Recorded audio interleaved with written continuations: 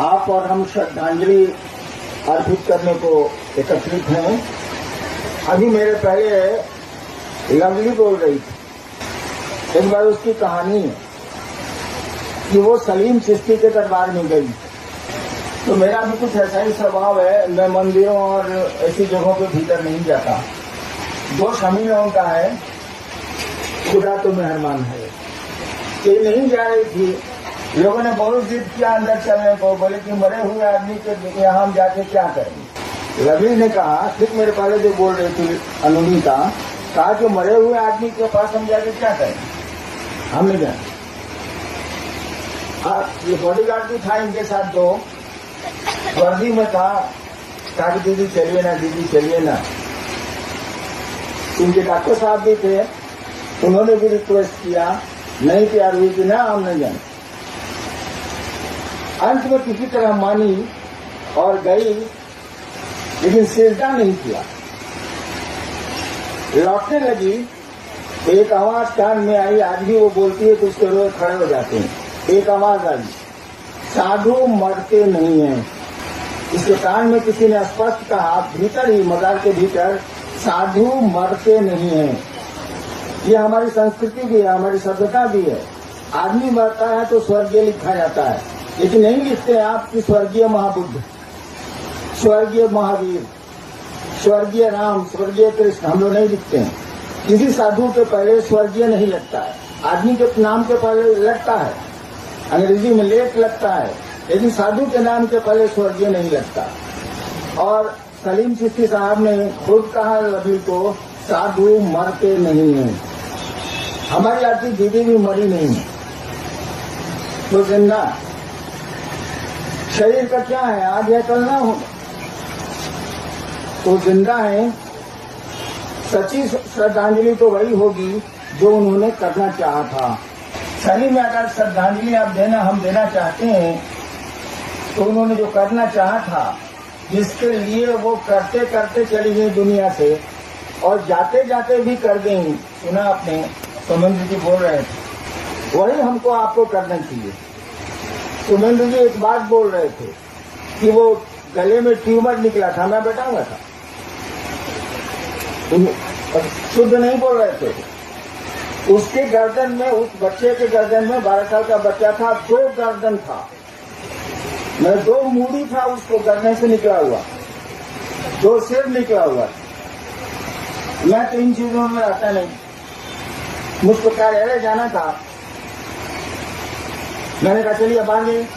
मुझको देख के उस बच्चे को डर लग गया, ये तो मर जाएगा, 2 सिर है इसके पास, एकदम इस सिर के बराबर इतना बड़ा सिर था, तो मर जाएगा।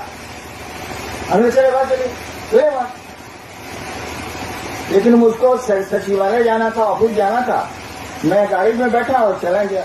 वो आदमी गया नहीं, हमारे जाने के बाद वो नीलम के पास फिर बैठा।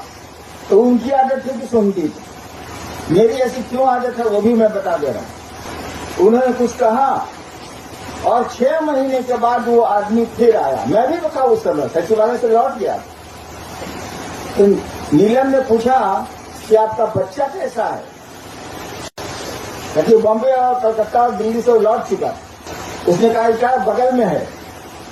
हमने देखा उस बच्चे को तो मैं आश्चर्यचकित रह गया, कुछ था ही नहीं, एकदम नॉर्मल, ऐसे जैसे हम लोगों का वैसा था वो। उसका बाप लेके आया था। ये 84 की घटना है, 1984 की। आज 2016 है ना, कितने साल बीत गए, 22 साल बीत गए। उस बच्चे को देख के मैं डर गया था, मुझको डर लग गया था, जबकि मैं लाशों से खेलता रहा हूँ, नौकरी में भी मैं स्टेट रहा हूँ, लाशों से पाला पड़ा है। मैं डर गया था कि तो मर जाएगा। और आज 22 साल बीत गए, उस आदमी को मैंने फिर कभी नहीं देखा, उसके बाप को फिर कभी नहीं देखा। और इसीलिए मेरी आदत नहीं है कि आप कष्ट में हैं तो मैं उसको सुनूं, मैं नहीं पसंद करता, क्योंकि हम आपको एहसान भूल जाते हैं। हम आपको दूसरों के द्वारा किया गया भला भूल जाते हैं, इसलिए मेरा मन नहीं करता। लेकिन दीदी उल्टी थी, दूसरों की बीमारियां खोद लेती थी, और वो जब ठीक हो जाता तो फिर वो कहाँ जाता था कोई ठिकाना नहीं है। रांची में एक आदमी है, वो बच्चे की लाश लेके आया था हम लोगों के पास, रांची में रहता, लाश लेके आया, लगभग बच्चा मरा हुआ था। उन्होंने कुछ कहा और बच्चा चला गया, फर्स्ट क्लास है, बहुत अच्छा है। उस घटना के आज 30 साल से ज्यादा गुजर गए, वो आदमी फिर नहीं मिला मुझसे। 10 दिन पहले रांची पर ये इस डेरे में कटहल मोड़ में वो आया था, पहचान गया मैं। हमने कहा कि भाई साहब आ गए आप? तो जी हम तो स्वतः के महोत्सव में भी गए। आदमी ऐसा होता है, आप ऐसा मत बनिएगा। जो एहसान फरामोश होता है वो महादेव का चेहरा नहीं हो सकता है, आध्यात्मिक भी नहीं हो सकता। हमको आपको चाहिए कि कोई एक गिलास पानी पिलाए तो इसको याद रखें हम आप। हमको आपको ऐसा नहीं बनना है, दूसरे का एहसान भूलना नहीं है। दूसरे ने जो आपके लिए हमारे लिए किया है उसको भूलते वो लोग हैं जो इंसान नहीं होते। और मेरा मानना है किसी इसको पसंद नहीं करते। सुना आपने जो कह ही रहे थे कि वो तो विष पीता है, अमृत दूसरों के लिए छोड़ देता।